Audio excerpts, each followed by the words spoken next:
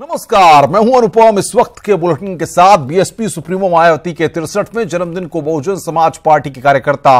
देश प्रदेश में जन कल्याणकारी दिवस के रूप में मना रहे हैं। लखनऊ में बीएसपी के स्टेट हेडक्वार्टर पर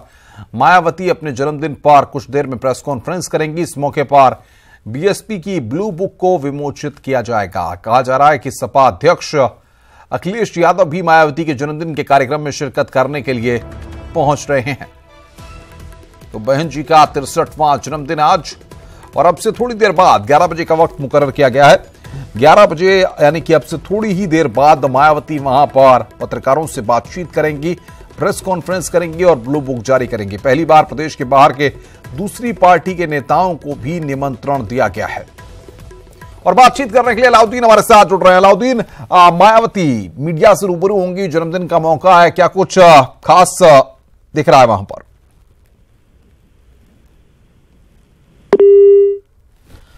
अलाउद्दीन से हमारा संपर्क यहां पर नहीं हो पा रहा है। अलाउद्दीन से हम संपर्क करने की कोशिश करेंगे। तो बहन जी का बर्थडे है और 63वें जन्मदिन के मौके पर मायावती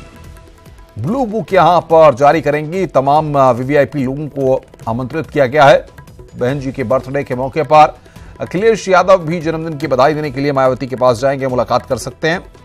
इस तरह की जानकारियां आ रही हैं। जन्मदिन को लेकर लखनऊ में पार्टी कार्यकर्ताओं ने जगह जगह होर्डिंग और पोस्टर लगाए हैं। पहली बार प्रदेश के बाहर के दूसरी पार्टी के नेताओं को निमंत्रण दिया गया है। मायावती का जन्मदिन हर वर्ष जन कल्याणकारी दिवस के तौर पर मनाया जाता है।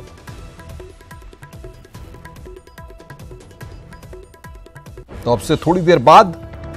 कुछ ही मिनटों में मायावती मीडिया के सामने आएंगी और पत्रकारों से बातचीत करेंगी, प्रेस कॉन्फ्रेंस करेंगी और उसमें ब्लू बुक जारी करेंगी, जिसमें तमाम आगे की गतिविधियों और क्या कुछ बीएसपी का आगे का प्लान है वो वहां पर रखा जाएगा, बताया जाएगा। बीएसपी सुप्रीमो मायावती के जन्मदिन का आज मौका। मायावती के जन्मदिन पर लखनऊ में शक्ति प्रदर्शन की भी तैयारी है। जन्मदिन को लेकर लखनऊ में पार्टी कार्यकर्ताओं ने जगह जगह होर्डिंग और पोस्टर लगाए हैं। पहली बार प्रदेश के बाहर के दूसरी पार्टी के नेताओं को भी निमंत्रण दिया गया है। जन कल्याणकारी दिवस के तौर पर बीएसपी की सुप्रीमो अपना जन्म दिवस मना रही हैं। लखनऊ और दिल्ली दोनों जगहों पर कार्यक्रम आयोजित होंगे। जानकारी यह भी है कि बीएसपी मुखिया प्रेस कॉन्फ्रेंस और बाकी यहां पर मुलाकातों के क्रम के बाद दिल्ली भी जा सकती हैं और वहां पर भी कार्यकर्ताओं के साथ जन्म दिवस के मौके पर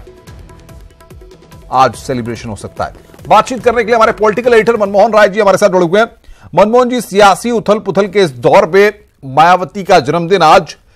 क्या मायावती आज अपने जन्मदिन पर कह सकती हैं, क्या हो सकता है, किस तरीके से जन्मदिन खास? जी बिल्कुल, जन्मदिन मायावती का हमेशा खास रहता है, सबकी निगाहें रहती हैं, क्योंकि मायावती जी की पब्लिक अपीयरेंसेस, मीडिया के सामने अपीयरेंसेस कुछ कम रहते हैं और जन्मदिन पे उनका एक अलग रूप में नजर आती हैं। वो एक अच्छे गेटअप में, कभी कभी आपने देखा होगा पूर्व में केक काटा और बड़े उत्सव हुए। इस बार कुछ सादे रूप में मनाया जा रहा है। एक प्रेस कॉन्फ्रेंस वो करेंगी जिसमें वो अपने कार्यकर्ताओं, सपोर्टर्स के नाम पे संदेश देंगी और उसके आगे वो एक ब्लू बुक जो उनका होता है, जो साल भर अपने लेख लिखती हैं, रोज सुबह उठ के वो कुछ अपने विचार लिखती हैं, उसको एक कंपाइल करके एक ब्लू बुक। मायावती प्रेस से रूबरू हो रही है मनमोहन जी, हम सीधे ले चलते हैं दर्शकों को।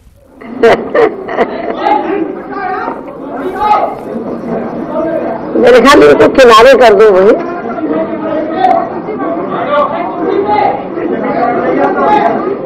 इनको करना है तो इधर इधर हो जाए ना, इस साइड पे।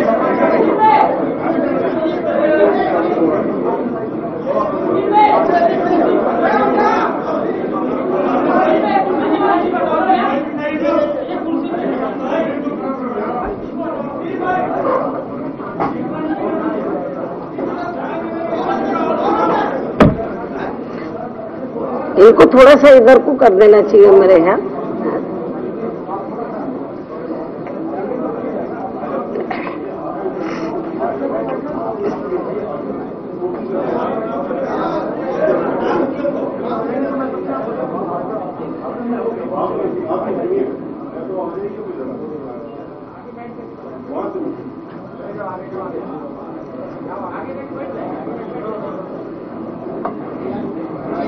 इधर नहीं, अरे इस साइड पे आओ। वो पीछे उनको दिक्कत जाएगी।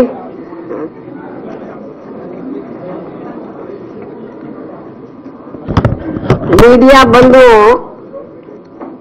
जैसा कि आप लोगों को ये विदित है कि आज मेरा जन्मदिन है और हर वर्ष पूरे देश में मेरे जन्मदिन को बीएसपी के लोग पार्टी स्तर पर व उत्तर प्रदेश में बीएसपी की रही सरकार द्वारा भी हमारे महान संतों, गुरुओं व महापुरुषों में भी खासकर महात्मा ज्योतिराव फूले, छत्रपति शाहू जी महाराज, नारायणा गुरु, बाबा साहब डॉक्टर भीमराव अंबेडकर एवं मान्यवर श्री कांशीराम जी आदि की सर्वजन हिताय व सर्वजन सुखाय की सोच व उनके मानवतावादी मूवमेंट को ध्यान में रखकर ही इसे विभिन्न स्तर पर व बड़े पैमाने पर जन कल्याणकारी दिवस के रूप में ही मनाते हैं तथा जिनके बताए हुए रास्तों पर चलकर ही मैंने उनकी सोच व मूवमेंट को आगे बढ़ाने के लिए अपनी पूरी जिंदगी भी समर्पित की हुई है और इसी जन भावना के तहत मेरे जन्मदिन को मनाने के मौके पर हर वर्ष बीएसपी के तमाम अनुयायी अपने अपने क्षेत्रों में अपने आर्थिक सामर्थ्य को देखते हुए विशेषकर गरीब, कमजोर, लाचार, असहाय, बीमार व अन्य अति जरूरतमंद लोगों की विभिन्न रूपों में मदद भी करते हैं और जिनके हित व कल्याण के लिए हमारी पार्टी हमेशा ही गंभीर, तत्पर, संवेदनशील, ईमानदार व संघर्षरत रहती है। इसके साथ साथ आप लोगों को ये भी विदित है कि हर वर्ष आज के ही दिन मेरे जन्मदिन के शुभ अवसर पर बीएसपी की मूवमेंट को गति देने के खास मकसद से मेरे द्वारा लिखित पुस्तक मेरे संघर्ष में जीवन एवं बीएसपी मूवमेंट का सफरनामा के हिंदी व अंग्रेजी संस्करण का एक साथ ही विमोचन भी किया जाता है, जो आज भी किया जाएगा। लेकिन इसके पहले मैं पूरे देश भर में अपने पार्टी के लोगों का व शुभ चिंतकों का भी, जो आज मेरा जन्मदिन जिस भी रूप में व जिस भी स्तर पर मना रहे हैं, तो उन सब का मैं पूरे तहे दिल से आभार प्रकट करती हूँ तथा इस मौके पर भी मैं उन्हें नव वर्ष सन 2019 की अपनी हार्दिक शुभकामनाएं देती हूँ तथा उनके उज्जवल भविष्य की कामना भी करती हूँ। इसके साथ ही आप लोगों को ये भी मालूम है कि इस वर्ष मेरा जन्मदिन ऐसे मौके पर मनाया जा रहा है जब देश में शीघ्र ही लोकसभा के आम चुनाव होने वाले हैं और इस चुनाव में आबादी व सीटों की संख्या के हिसाब से भी देश के सबसे बड़े प्रदेश उत्तर प्रदेश में हमारी पार्टी ने अभी हाल ही में दिनांक 12 जनवरी को समाजवादी पार्टी के साथ गठबंधन करके ये चुनाव लड़ने का यहाँ फैसला लिया है, जिससे अब विशेषकर बीजेपी व अन्य विरोधी पार्टियों की भी नींद उड़ी हुई है और वैसे भी अधिकांश यही प्रदेश ये भी तय करता है कि केंद्र में किसकी सरकार बनेगी और कौन देश का प्रधानमंत्री बनेगा, जिसे खास ध्यान में रखकर ही आज वे ऐसे महत्वपूर्ण उत्तर प्रदेश स्टेट में बने इस गठबंधन को देश व जनहित में कामयाब बनाने के लिए बीएसपी व सपा के भी लोगों से ये पुरजोर अपील करती हूँ कि वे इस चुनाव में अपनी पार्टी एवं देश व आम जनहित में अपने पुराने सभी गिल्ले शिकवे भुला के वे अपने निजी स्वार्थों को भी किनारे करके तथा यहाँ सभी विरोधी पार्टियों के साम दाम दंड भेद आदि अनेकों हथकंडों से भी सावधानी बरतते हुए अपने बने इस गठबंधन के सभी उम्मीदवारों को जरूर ऐतिहासिक कामयाबी दिलाएं। तो फिर यही वास्तव में मेरे जन्मदिन का इस बार इनका बहुत बड़ा व कीमती तोहफा भी होगा। और यही उम्मीद मैं देश के अन्य राज्यों में भी अपनी पार्टी के लोगों से करती हूँ। इसके साथ ही चुनाव को लेकर जिन कुछ और राज्यों में भी हमारी पार्टी के साथ गठबंधन हो चुका है, तो उनसे भी मैं यही तोहफे की उम्मीद करती हूँ। और अब मैं इस चुनाव को खास ध्यान में रखकर देश व जनहित में कुछ जरूरी बातें आप लोगों के सामने रखना चाहूंगी। और इस संबंध में मैं ये कहना चाहूंगी कि अपने देश को आजाद हुए व भारतीय संविधान को भी लागू हुए अब बरसों बीत चुके हैं। और इस लंबी अवधि में केंद्र व राज्यों में भी अधिकांश या कांग्रेस पार्टी ने ही एक छत्र राज किया है। लेकिन इस दौरान इनकी रही सरकार के खासकर गरीब, मजदूर, किसान, व्यापारी व अन्य मेहनतकश लोगों के साथ साथ दलित, आदिवासी, पिछड़ा वर्ग, मुस्लिम व अन्य धार्मिक अल्पसंख्यक समाज विरोधी गलत नीतियों व गलत कार्य प्रणाली की वजह से फिर इन लोगों का सही विकास व उत्थान आदि नहीं हो सका है, जिससे दुखी होकर ही फिर मजबूरी में हमें इनके हितों में दिनांक 14 अप्रैल सन 1984 को बीएसपी के नाम पर अपनी अलग से पार्टी भी बनानी पड़ी है। हालांकि हमारी पार्टी के बनने के पूर्व में व बाद में भी अब तक अनेकों पार्टियां बन चुकी हैं, लेकिन इनमें से अधिकांश पार्टियों की सोच व कार्यशैली हर मामले में व हर स्तर पर अभी तक भी हमें कांग्रेस पार्टी की ही तरह देखने के लिए मिल रही है, जिसकी वजह से इन सभी लोगों की स्थिति में अभी तक भी कोई खास सुधार व परिवर्तन आदि नहीं आया है। और इनमें से किसान लोग तो पूरे देश में यहाँ सबसे ज्यादा दुखी हैं। और इस बात का ताजा उदाहरण ये है कि अभी हाल ही में राजस्थान, मध्य प्रदेश, छत्तीसगढ़, तेलंगाना व मिजोरम में हुए विधानसभा चुनाव के जो परिणाम आए हैं, तो उनमें से खासकर मध्य प्रदेश, राजस्थान व छत्तीसगढ़, इन तीनों राज्यों में वे वहां सत्ताधारी रही बीजेपी को काफी बड़ा सबक सिखाने के साथ साथ साफ तौर पर ये काफी कुछ राजनीतिक संदेश भी देते हैं, जिससे केवल बीजेपी को ही नहीं बल्कि कांग्रेस पार्टी एंड कंपनी के लोगों को भी काफी कुछ सबक सीखने की जरूरत है। और इन्हें भी ये समझ लेना चाहिए कि केवल लोक लुभावन व झूठे वायदों एवं जुमलेबाजी आदि करने तथा गरीब, मजदूर व किसान विरोधी एवं धन्ना सेठ समर्थक मानसिकता रखने वाले अब यहाँ किसी भी पार्टी की सरकार की दाल ज्यादा दिन तक गलने वाली नहीं है। इसलिए कांग्रेस पार्टी की अभी अभी बनी इन तीनों अर्थात राजस्थान, मध्य प्रदेश व छत्तीसगढ़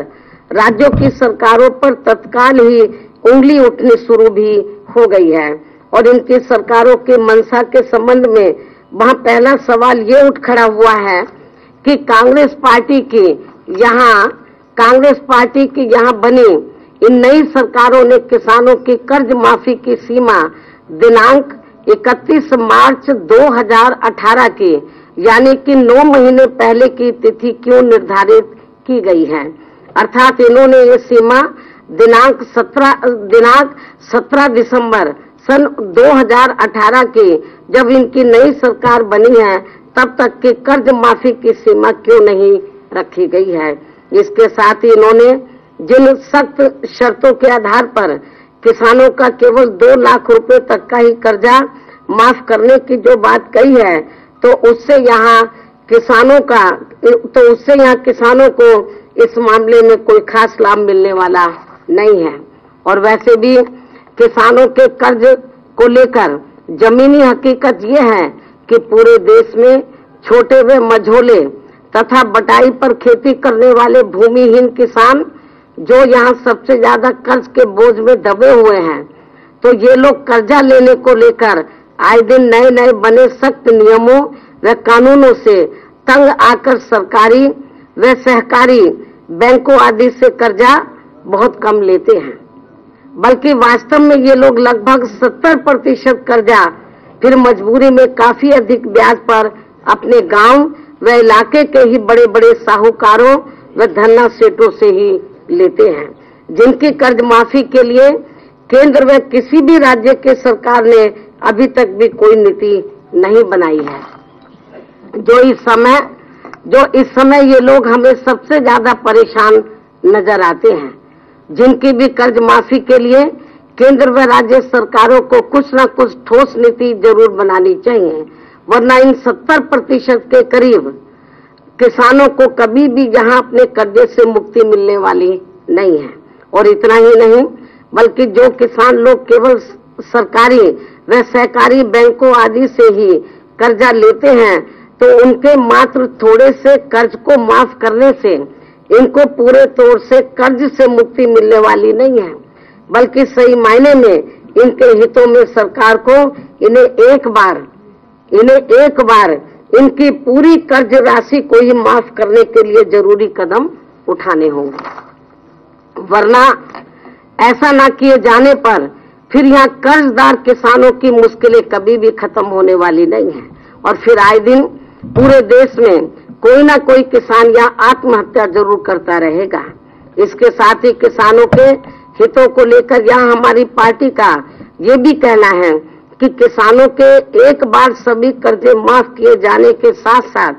फिर इनको आगे किसी से भी कर्ज लेने की जरूरत ना पड़े, तो इसके लिए भी केंद्र व राज्य सरकारों को इनकी किसानी से जुड़ी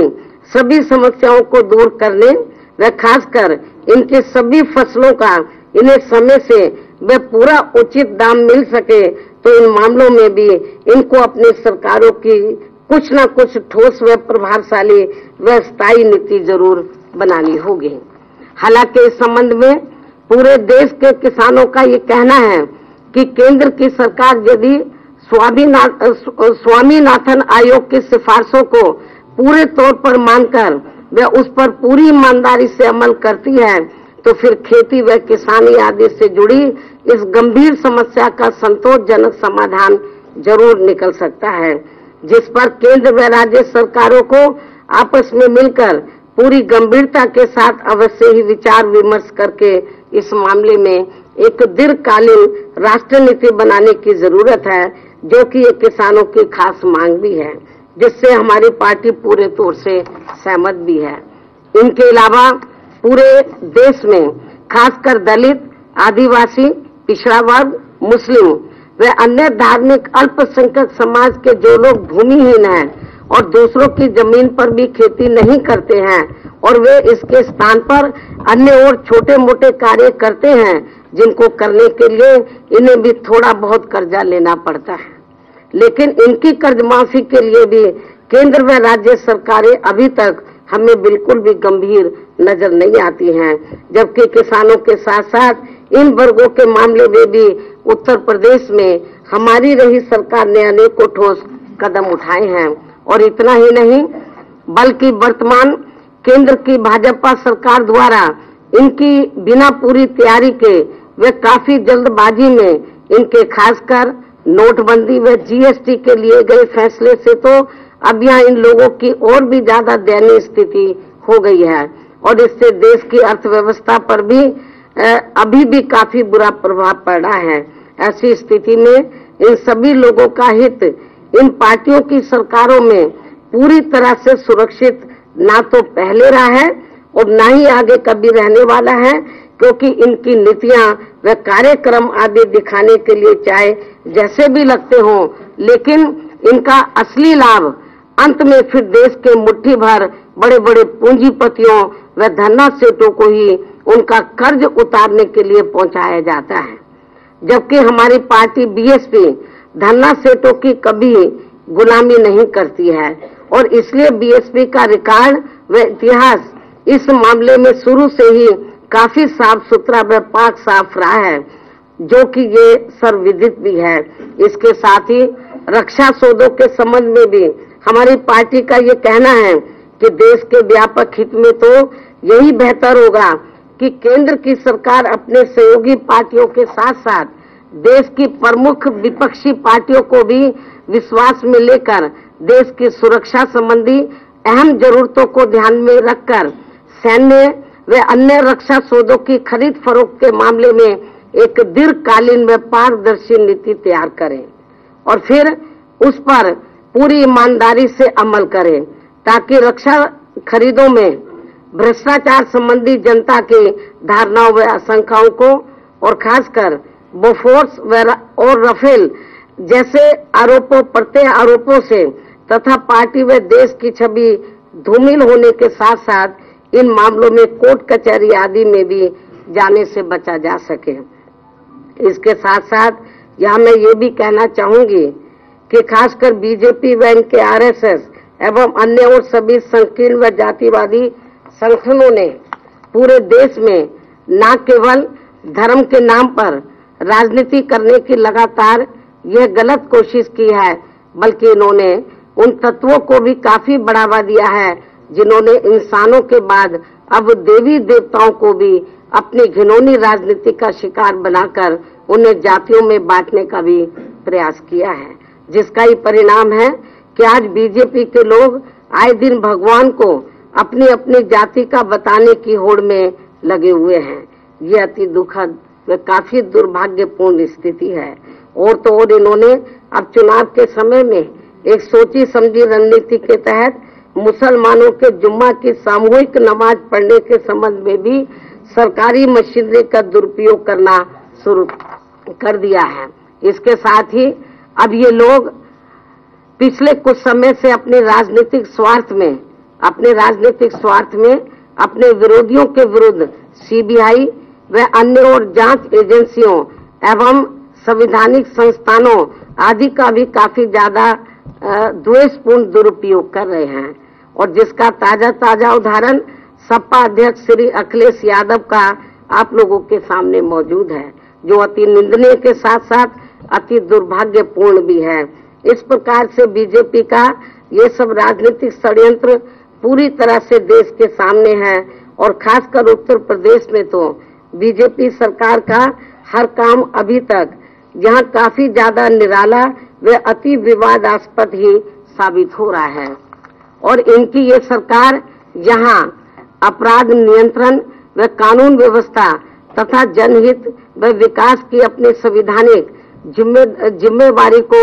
सही ढंग से निभाने की बजाय अब यहाँ सरकारी धन, शक्ति व ऊर्जा का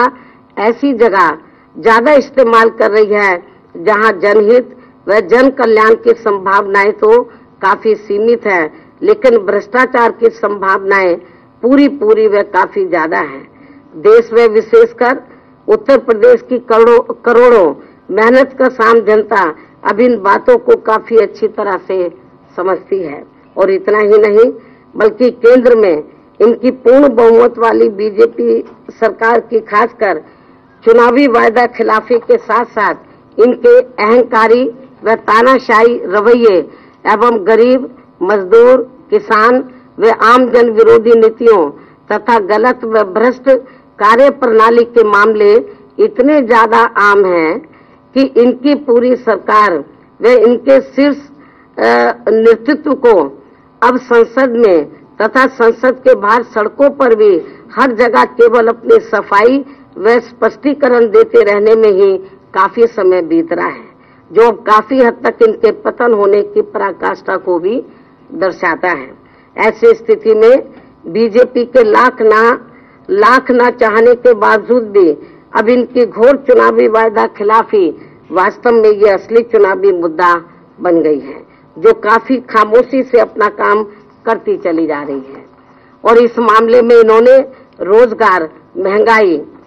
विकास, जनहित, जन कल्याण, भ्रष्टाचार व राष्ट्रीय सुरक्षा आदि के लिए किए गए अनेकों वायदों के साथ साथ यहाँ करोड़ों किसानों, बेरोजगार युवाओं व खासकर गरीबों को विदेशों में जमा काला धन देश में वापस लाकर इनको 15 से 20 लाख रुपए देकर इनके अच्छे दिन लाने का भी सुनहरा सपना दिखाया था, जो अभी तक पूरी तरह से वायदा खिलाफी व विश्वासघाती साबित हुआ है। और अब देश की आम जनता इनसे ये सवाल भी कर रही है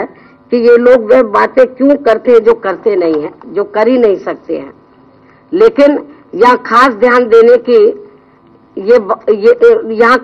देने की बात ये भी है कि देश में लोकसभा के आम चुनाव बहुत नजदीक आते ही अब इन्होंने पिछले हुए लोकसभा आम चुनाव की तरह ही फिर से अपने पक्ष में हवा बनाने के लिए किस्म किस्म की नाटकबाजी करनी शुरू कर दी है, जिसके तहत ही अब प्रधानमंत्री श्री नरेंद्र मोदी पूरे देश में अपनी ताबड़तोड़ कर रहे रैलियों के दौरान जो पूर्व की तरह ही किस्म किस्म की प्रलोभन भरी घोषणाओं व वायदों आदि के जबरदस्त भरमार कर रहे हैं, जिन्हें अभी तक की तरह ही ये पार्टी सत्ता में आने की स्थिति में ज्यादातर ठंडे वस्त्रों में ही डलवा देगी, ऐसा हमारा मानना है। जो अब चुनाव के नजदीक ये जो किस्म किस्म की घोषणाएं वे वायदे आदि कर रहे हैं, इसी प्रकार अब इन्होंने चुनाव के नजदीक ही विशेषकर अपर कास्ट समाज के गरीब लोगों को भी लुभाने के लिए इन्हें सरकारी नौकरियों व शिक्षा आदि में 10% आरक्षण देने की जो व्यवस्था की है, इसका हमारी पार्टी स्वागत करती है। लेकिन इससे देश के खासकर मुस्लिम व अन्य धार्मिक अल्पसंख्यकों के गरीब अपर कास्ट समाज के लोगों को तब तक कोई विशेष लाभ मिलने वाला नहीं है, बशर्ते जब तक यहाँ इन लोगों के प्रति इनकी संकीर्ण व धार्मिकहीन भावना बरकरार बनी रहती है, जो आसानी से अभी भी हमें खत्म होती हुई नजर नहीं आ रही है। और इसकी काफी कुछ पुष्टि इस बात से भी हो जाती है कि सन 1947 के आसपास देश में मुस्लिम समाज के लोगों की संख्या यहाँ सरकारी नौकरियों में लगभग 33% थी, जो अब घटकर लगभग 2 या 3% ही रह गई है। इसलिए हमारी पार्टी इनके लिए शुरू से ही यहाँ आर्थिक आधार पर अलग से आरक्षण देने की बरकरार मांग करती आ रही है, जो अभी भी बरकरार है। इस प्रकार से लोकसभा आम चुनाव के नजदीक आते ही अब बीजेपी व इनकी केंद्र सरकार द्वारा जो किस्म किस्म की घोषणाएं व वायदे आदि किए जा रहे हैं, तो इससे अब देश की आम जनता इनकी अब तक की रही गलत नीतियों व गलत कार्यशैली की वजह से इस बार आसानी से इनके बहकावे में आने वाली नहीं है, जिसकी हमें अभी तक काफी उम्मीद भी बनी हुई है। ऐसी स्थिति में अब ये नया वर्ष सन 2019 का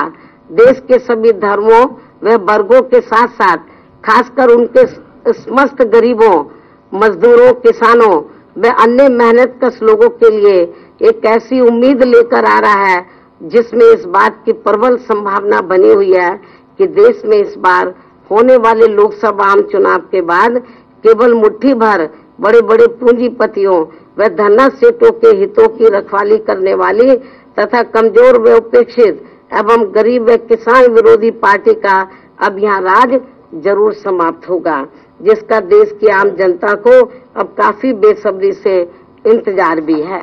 इन्हीं जरूरी बातों के साथ ही अब मैं अपने जन्मदिन के मौके पर देश के सभी दुखी, पीड़ित व जरूरतमंद लोगों से ये भी अपील करती हूँ कि वे अपने हितों में देश में जल्दी ही लोकसभा के होने वाले आम चुनाव में बीएसपी व उत्तर प्रदेश सहित देश के कुछ और राज्यों में भी बीएसपी के साथ हुए गठबंधन को ही केवल कामयाब बनाएं और अपने खुद के नेतृत्व में ही अपनी सरकार भी जरूर बनाएं। तभी फिर इन्हें पूरे देश में यहाँ जातिवादी, द्वेषपूर्ण, संकीर्ण व पूंजीवादी सरकारों से काफी हद तक मुक्ति मिल सकती है। और यदि ऐसा हो जाता है तो फिर इस बार यही मेरे जन्मदिन के लिए भी इनका देश व जनहित में बहुत बड़ा व कीमती तोहफा भी होगा। और अब मैं अंत में हर वर्ष की तरह मेरे खुद के द्वारा लिखित पुस्तक मेरे संघर्ष में जीवन एवं बीएसपी मूवमेंट का सफरनामा के हिंदी व अंग्रेजी संस्करण का एक साथ विमोचन भी करती हूँ, जिसमें पार्टी व मूवमेंट की गतिविधियों का 1 वर्ष का पूरा लेखा जोखा समाहित होता है, जो वर्तमान पीढ़ी व आगे आने वाली नई पीढ़ी के लिए भी काफी प्रेरणादायक साबित होगा। और अब मैं इस किताब का विमोचन आप लोगों के सामने कर रही हूँ। देख लो।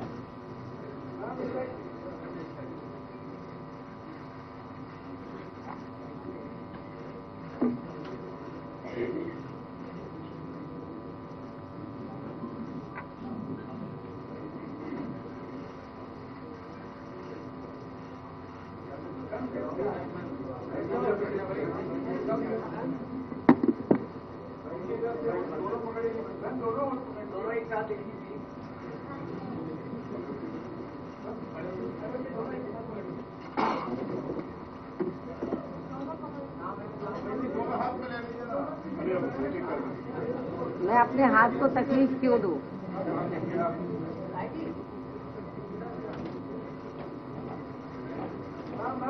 इसमें वजन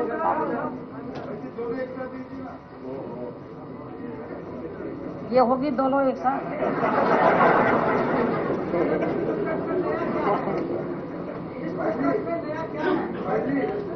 जो हर साल होता वही है। और अब मैं आपका और ज्यादा समय न लेते हुए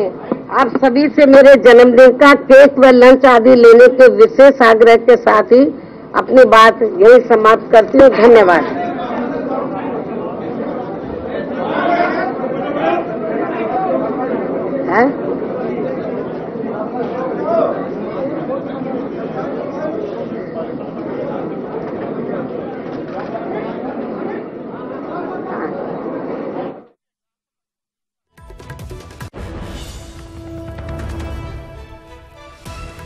तो बीएसपी सुप्रीमो मायावती का जन्मदिन, मीडिया से रूबरू हुई, तमाम मसलों पर अपनी बात को मायावती ने रखा। 63वें जन्मदिन पर उन्होंने बताया, समाजवादी पार्टी से गठबंधन की बात को भी उन्होंने कहा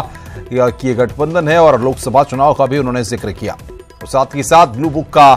मायावती ने यहां पर विमोचन किया। राजनीतिक स्वार्थ के लिए सीबीआई का दुरुपयोग कर रही है सरकार, ये बात मायावती ने कही। सपा से गठबंधन करके लड़ रहे हैं लोकसभा चुनाव, मायावती ने इस बात का जिक्र किया। हमारे गठबंधन से बीजेपी के होश उड़ गए हैं, मायावती ने इस बात को कहा। गठबंधन को मजबूत करने में कार्यकर्ता जुटे हुए हैं। कार्यकर्ताओं की एकजुटता ही मेरा बर्थडे गिफ्ट है, यह बात भी मायावती ने कही है। किसानों के मसले पर उन्होंने कहा कि थोड़ा सा कर्ज माफ करने से किसानों का भला नहीं होना है। स्वामीनाथन आयोग की रिपोर्ट को लेकर भी अपनी बात उन्होंने रखी है। सपा से गठबंधन करके लड़ रहे हैं लोकसभा चुनाव। बीएसपी और सपा दोनों एक साथ आकर के लोकसभा चुनाव में चुनावी दंगल में कूद रहे हैं। गठबंधन को मजबूत करने में कार्यकर्ता जुटें, यह बात मायावती ने यहां पर कही है।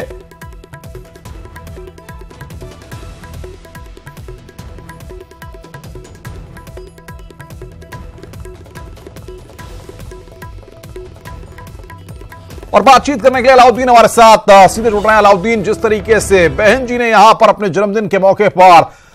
कहीं ना कहीं लोकसभा चुनाव की तैयारियों को लेकर के समाजवादी पार्टी के साथ गठबंधन को लेकर के एक भूमिका भी बांधी और साफ तौर पर यह संदेश दिया कि अब लोकसभा चुनाव के लिए हर कोई तैयार हो जाए। जी हाँ, बिल्कुल। पूरे